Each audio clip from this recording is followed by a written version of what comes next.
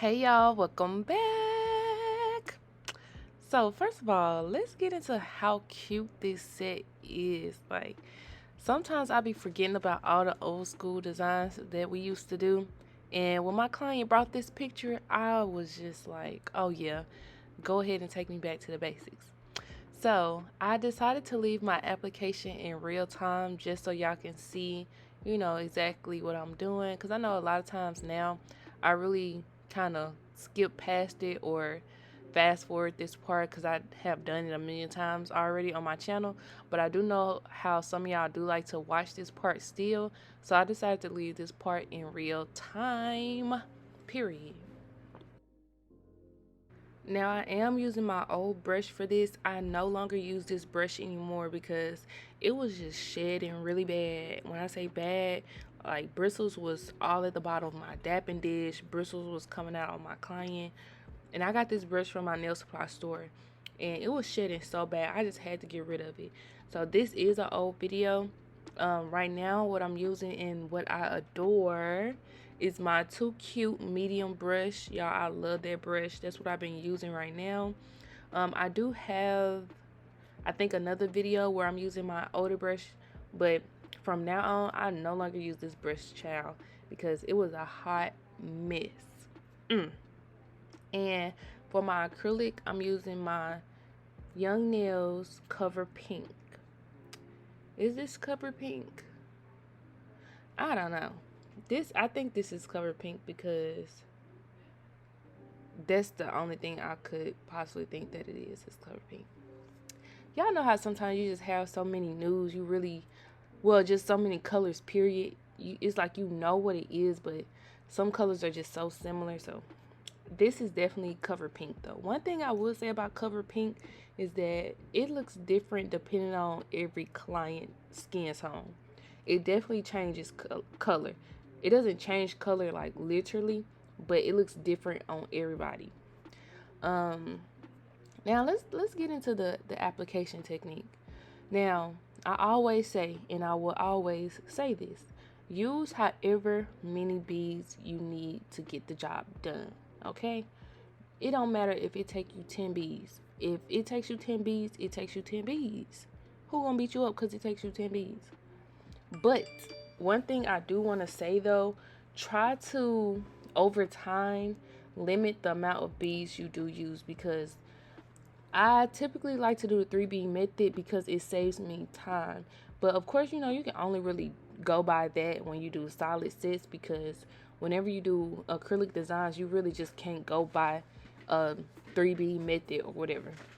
But whenever you do solid sets, try your best to not use as many beads because, for example, we're hand drawing a French. That takes time. So you don't want to spend extra time on your application.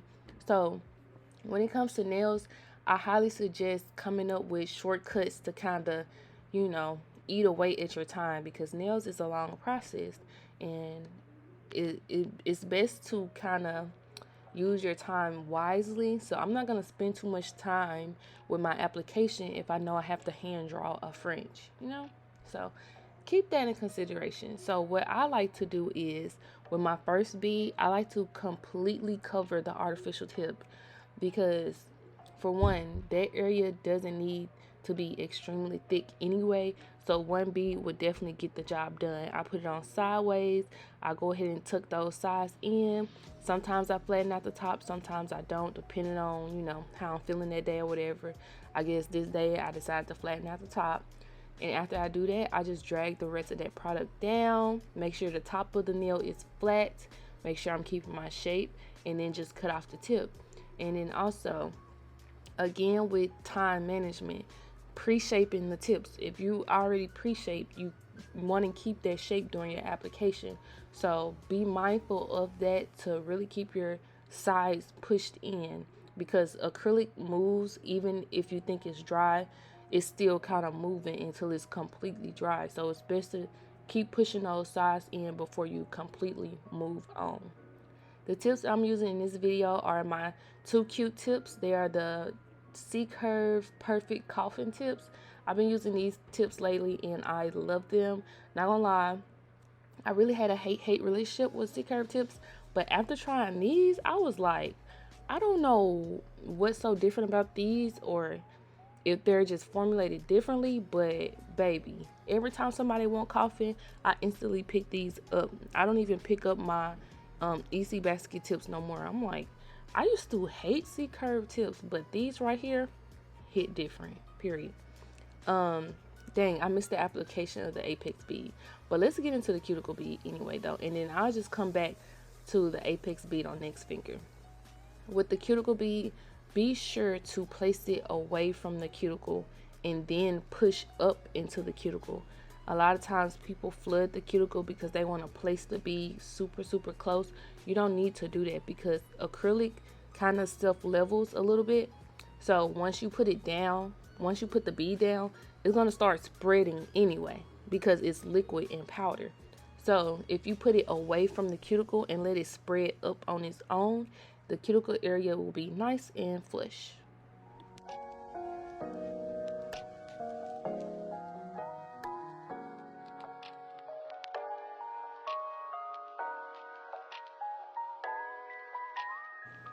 Okay, so let's zoom in. Let's go to the index finger so we can really focus on this. So boom, 3B method. The first bead, I'm going to put it exactly where the artificial nail and the client's real nail meets. Pretty much where you glued the nail tip on. I'm going to hold my client finger down and I'm going to use a patting and pulling motion to drag the acrylic down the rest of the way. Gravity will help you in this case. So the first bead should be a little bit easier because it'll all just fall down anyway. If you go ahead and push the sides in, it'll just all fall down flat down a nail tip. But if you don't keep that product on top of the nail, you will have some acrylic trying to leak over on the sides, underneath. So it's important to lay that bead down, push those sides in, and lay your client finger down so that gravity can help pull the acrylic down for you. Also, make sure you push those sides in with the back end of your brush where it's more dense at, and then make sure you have that nice boxy tip. For the apex, you see how I'm kind of holding the bead in place for a couple of seconds? That's so my acrylic doesn't run immediately after I lift my brush up. With the apex bead, you kind of want to give the acrylic chance to kind of sit up a little bit. So that's why I kind of hold it on top of the nail and then go about covering the sides and then blending the bottom of that bead into what I already have.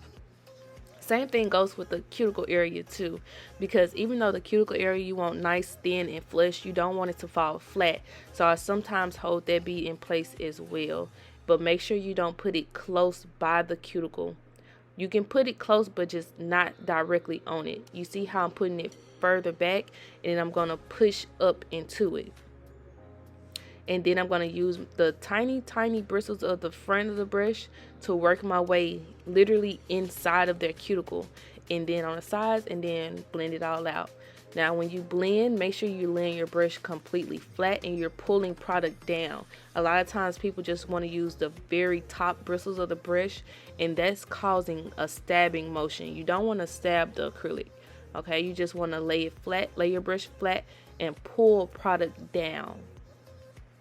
Alright, so now let's go into the thumb. Again, that first bead, I'm going to pick up enough product so that I can cover this whole tip. Not only do I want to cover from top to bottom, I also want to cover from left to right.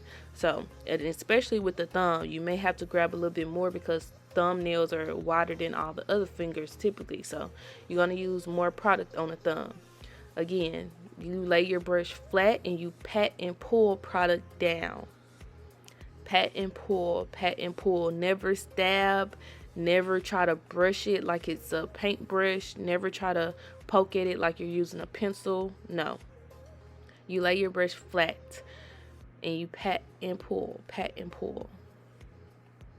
Alright, make sure you keep that shape. Like I said earlier, acrylic still likes to move around in its early stages. So keep going back and forth until it's set up. Now, watch how I hold this bead in place. And then I'm going to blend it out. Go to the sides first because it's going to want to fall off the sides first. Push that product back to the middle and then you can blend out the middle. That's also going to help create your apex as well. So if you take the product that's trying to fall off the sides and you push it back towards the middle, that'll help with your apex. and go ahead and lay your brush flat and pat and pull that product down. You want the top of your nail to be very seamless. You don't want any lines of demarcation, no lumps, no bumps, none of that. And you definitely have time to work that out if you're not using, you know, MMA product. But if you're using legal monomer and, you know, you have working time. You have working time. Again, place it away and then you're going to push up into it. And the acrylic is going to expand and it's going to spread out on its own, and it's literally is going to melt into the cuticle area. You just use your brush to control it and flush it into with their natural nail. Lay your brush flat and you pull down. Clean up if necessary, which is always necessary because acrylic, you will look over and it'll be all on their skin and you wouldn't even realize it. So nice clean application. That will save you time with the shaping and filing. So I already did my shaping and filing off camera. I know y'all gonna kill me. I know. But I really wanted to focus on the design. So I'm using my Gelixir white polish. And this polish, not gonna lie, has probably been the best white polish I've tried so far. Only because it's literally is like white out. It's very white. It's not cool tone white. It's not a yellow white. It's literally pure white. The only con I would say about this one is whenever you're mixing it on your palette or you're mixing another color to it, it bubbles up really bad. Really, really bad. So that's the only bad thing I would say. Now on this set, I was trying a new technique. Normally I do I guess like a subtle French, and I just decided to try a deep French today. Now this isn't my best French technique because like I said, this is my first time trying it, and this was me doing it on the very first hand. The other hand isn't done yet, so y'all are literally learning with me right now. So I'm using my A-Galore brush. I freaking love this brush. It is so nice and it definitely makes the job a little bit easier. So right here where I'm starting, that's normally where I start my French at.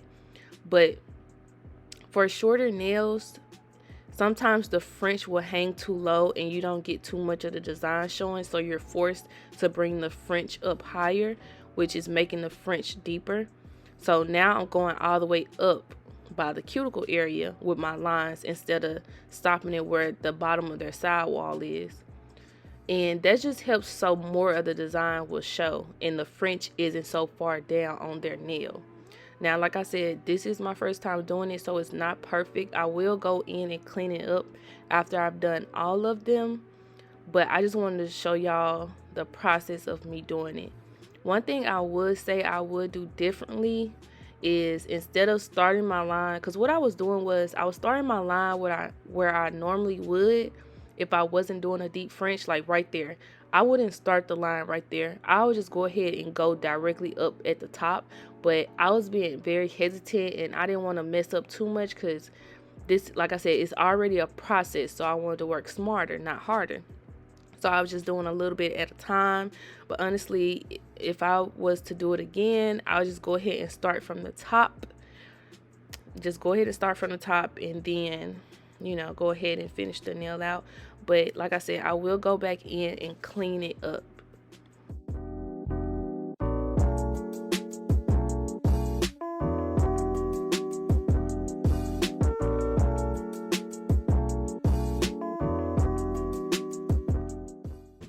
Now for me, the longer the brush is, the easier it is for me to work with. For some reason, I have the most trouble using short brushes. I think my hand just shakes too much and I put down too much pressure whenever I use a bristle that is more on the short side.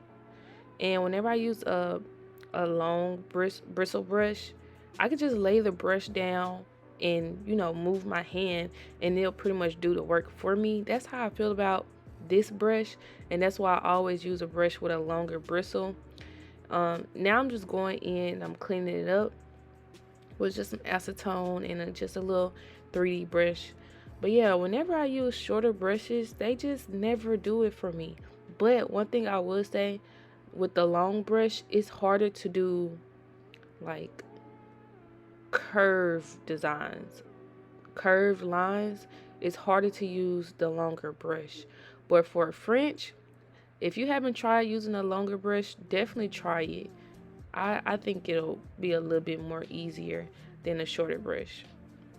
Alright, so now I'm just finishing this off. Just got the thumb left. We're gonna do that. One of my clients had asked me what was my favorite finger to do, and I think I said like the index or something. She said she liked to watch me do the thumb, and I'm just like, that's a weird finger because normally no one shows the thumb, but yeah, that just made me think of that. She was like, for some reason, it's just so satisfying for me to watch the thumb. And I'm just like, huh? I hate doing the thumb. But go ahead and cure that in the lamp completely. Now we're getting to the design. I'm going to show y'all the inspo picture in a moment. But when the nails come out of the lamp, make sure you take a lint-free wipe or just wipe the white sticky layer off the polish completely. Completely wipe it off. We don't need that sticky inhibition layer. So we're going to use Sharpies for this design. She showed me the picture of what she was going for. This is the inspo picture. And I was like, Sharpies will be quicker because, child, I'm not doing that with acrylic. No, ma'am. So it was either do it with acrylic or do it with pigment powder. But I remember, like, the Sharpies give the most beautiful watercolor effect. So I definitely went with the Sharpies.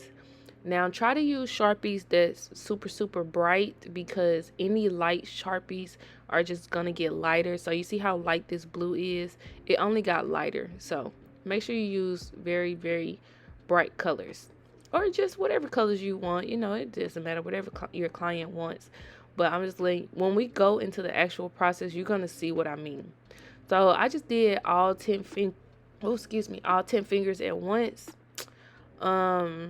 You can do one hand at a time. You can even do one finger at a time, but it's honestly easier to just lay the colors down and just do them all at once, you know? So I'm just going in, and make sure you put colors by each other that go with each other. You know, I always say this in any type of tie-dye or rainbow marble type of video. Make sure you put light colors together so they mesh well. So now I'm just starting off with my cool tones, and I'm just going to slowly work my way into the warmer tones. So this yellow is going to be our transition color. So we're going to go from blue to green, then we're going to do our yellow, and that yellow is going to help transition us to orange, pink, and red. So completely lay those on in whatever order you want, but it's best to keep those colors. Keep the cool colors by the cool colors. Keep the warm colors by the warm colors best you can, because if you put the wrong colors by each other, it will definitely get murky, muddy, and brown. So keep that in mind.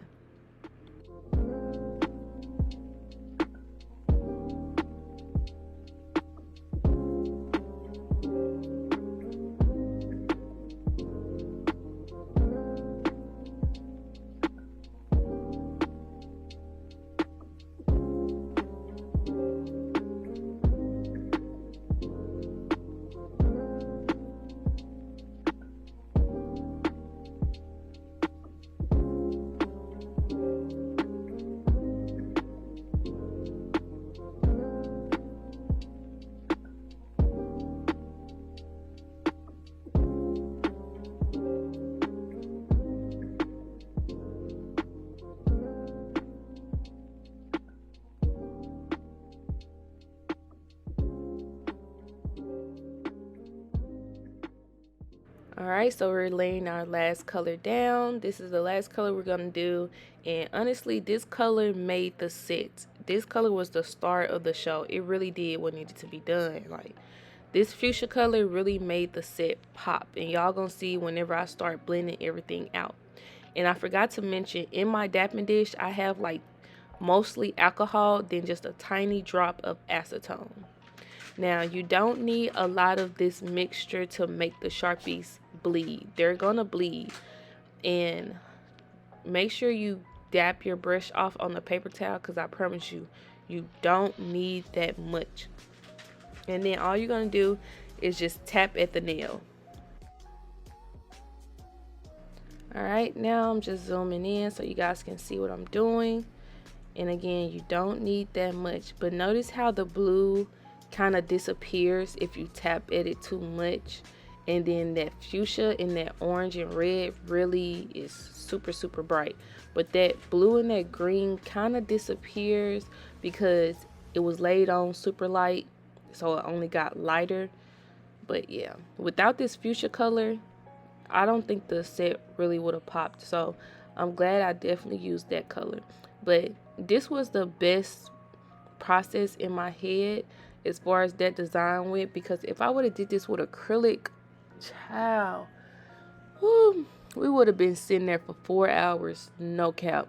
Like, that would have took so long. So I'm glad I decided to do it this way, because it was definitely quicker, and it was just the smartest way to do it, honestly. But you definitely can do it with pigment powders. After you cure the white in the lamp, don't wipe off the sticky layer. Take your pigment powders and then stamp it on there, just like how I did with the Sharpie, and you can definitely achieve the same design. But remember, not all, you know, products give you the same effect. So this watercolor effect, I feel like, can only be achieved with either polish or these Sharpie markers.